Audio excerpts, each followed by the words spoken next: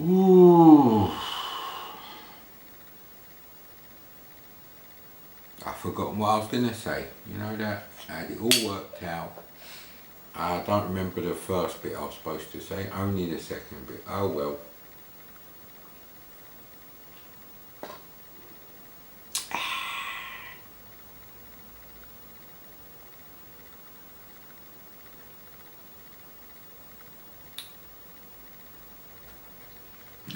Completely gone. Anyway, I do remember that Wizardry, the copy that I installed, when I put the trainer option on, it didn't work, it just crashed.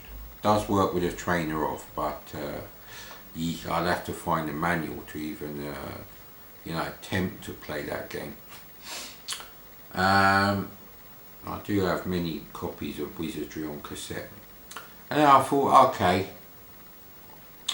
that's a bit weird, because Wizardry did come out on disc. The Edge did release games on disc, so is this SD to IEC collection literally all the cracks from the game base, C64 game base file, unzipped, grouped into, file types, and then literally, they've just grabbed all the D64s and then put them in directories, to help speed up the loading on the C64 of the directories. But no, Wizardry wasn't on there. I was like, fuck you. So I don't know if KIKSTART is going to be on here. I had to make sure this is the right SD card, which has that particular collection. Worse, allegedly for the SD to IEC. You're really going to get fucking pissed off with that, I guarantee it. That there's no simple sort of like, just download it, put it on there, it's this many gigabytes or whatever.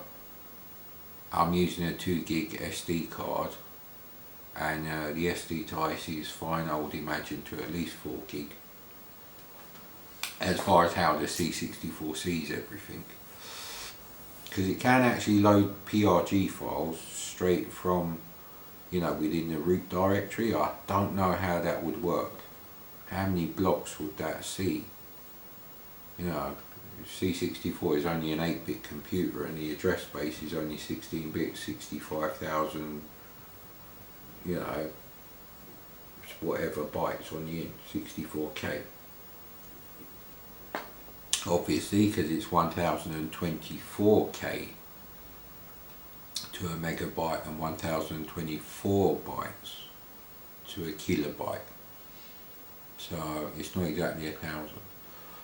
So hopefully it'll be on here. So luckily it is. See, this doesn't make sense. KIKSTART 2 I know was on disc, and KIKSTART 1 to 8 was on disc, but Mastertronic didn't do disc games for the C64 when they released KIKSTART.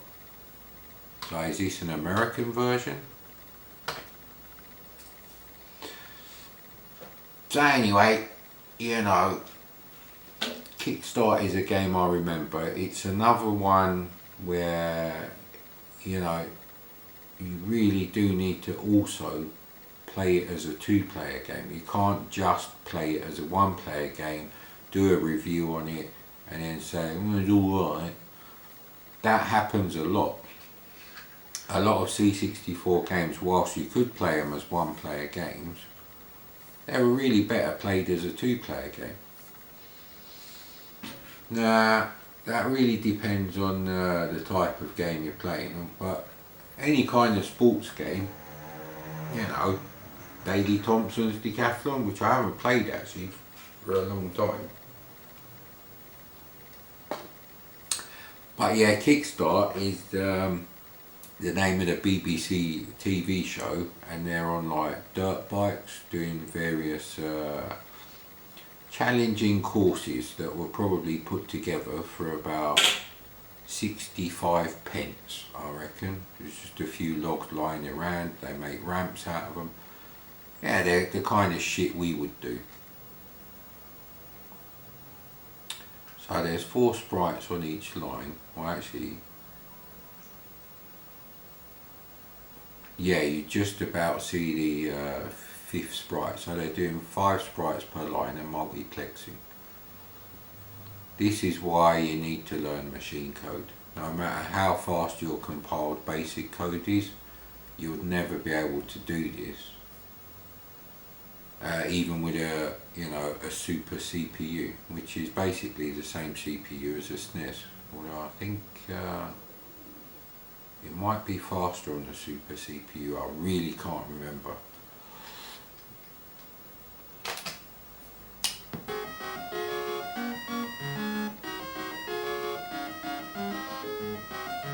So the music is not ripping off the BBC show, or is it? So I've got the titles for KIKSTART Junior. Maybe the original KIKSTART was this tune. Nah, this is the Can. Nah. What do you think? Can Warrior, Combat Links. Oh, I had both of those. My chess, I don't like. Sorcerer of Claymore Castle. No, I didn't have that. I had the TLL. I had Hunchback 2. Did not buy Kong Strikes Back at all. I had the designer's pencil, but that might have been from one of those, those things where you have to become a member and buy 1 game a month, which is pretty much full price. But when you join, you get to buy, I think, 10 games, and they're ridiculously cheap. They're like, £2 or whatever, £2.50 for the Lord of the Rings with a book and everything, that massive case.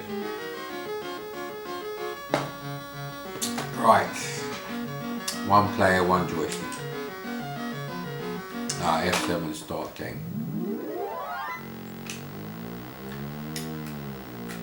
See, if you go too fast on, they're meant to be tyres there, then you fall off. That's basically this.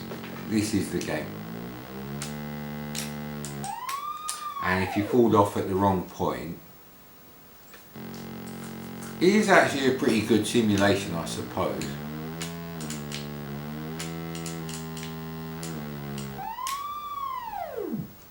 So if you've got enough speed, you can actually, jump over them bits. So it is actually a pretty well thought out game. Now obviously I completely forget which ones you'll never jump, which ones you can manage the situation by landing on your back wheel. It's a real learning experience actually. So this is a very challenging game, and it's very fair the way it's been designed.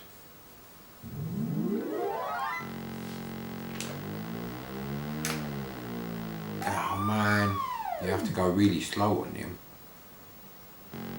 So it's really a trade-off between how fast you go or how much time. See, I don't think there's any way to make that jump anyway. So it puts you onto the next bit where you can ride at any speed, I think.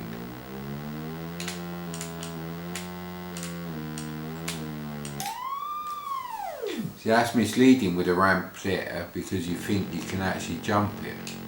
So maybe I could never jump it.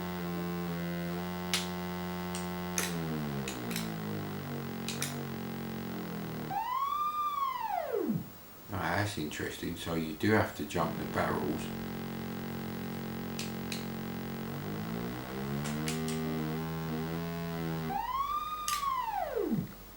And you can jump. Fire button does make you do a bunny hop.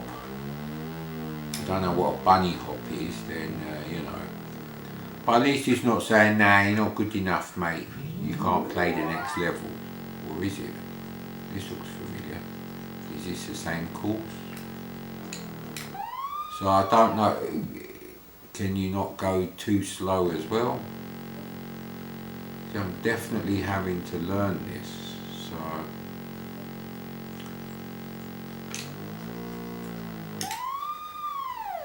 Yeah, but that's a very challenging game actually. I don't want to play it too much because this is one of those games I actually owned on the C64. And I want to play it on a portable Sony on a desk. You know, yeah, recreate the original experience. Oh, and I forgot to say, the sound effect for the bike, it can't be realistic enough because as soon as I hear those fucking dirt bikes, I feel like punching someone in the face. But I'm quite happy at the moment.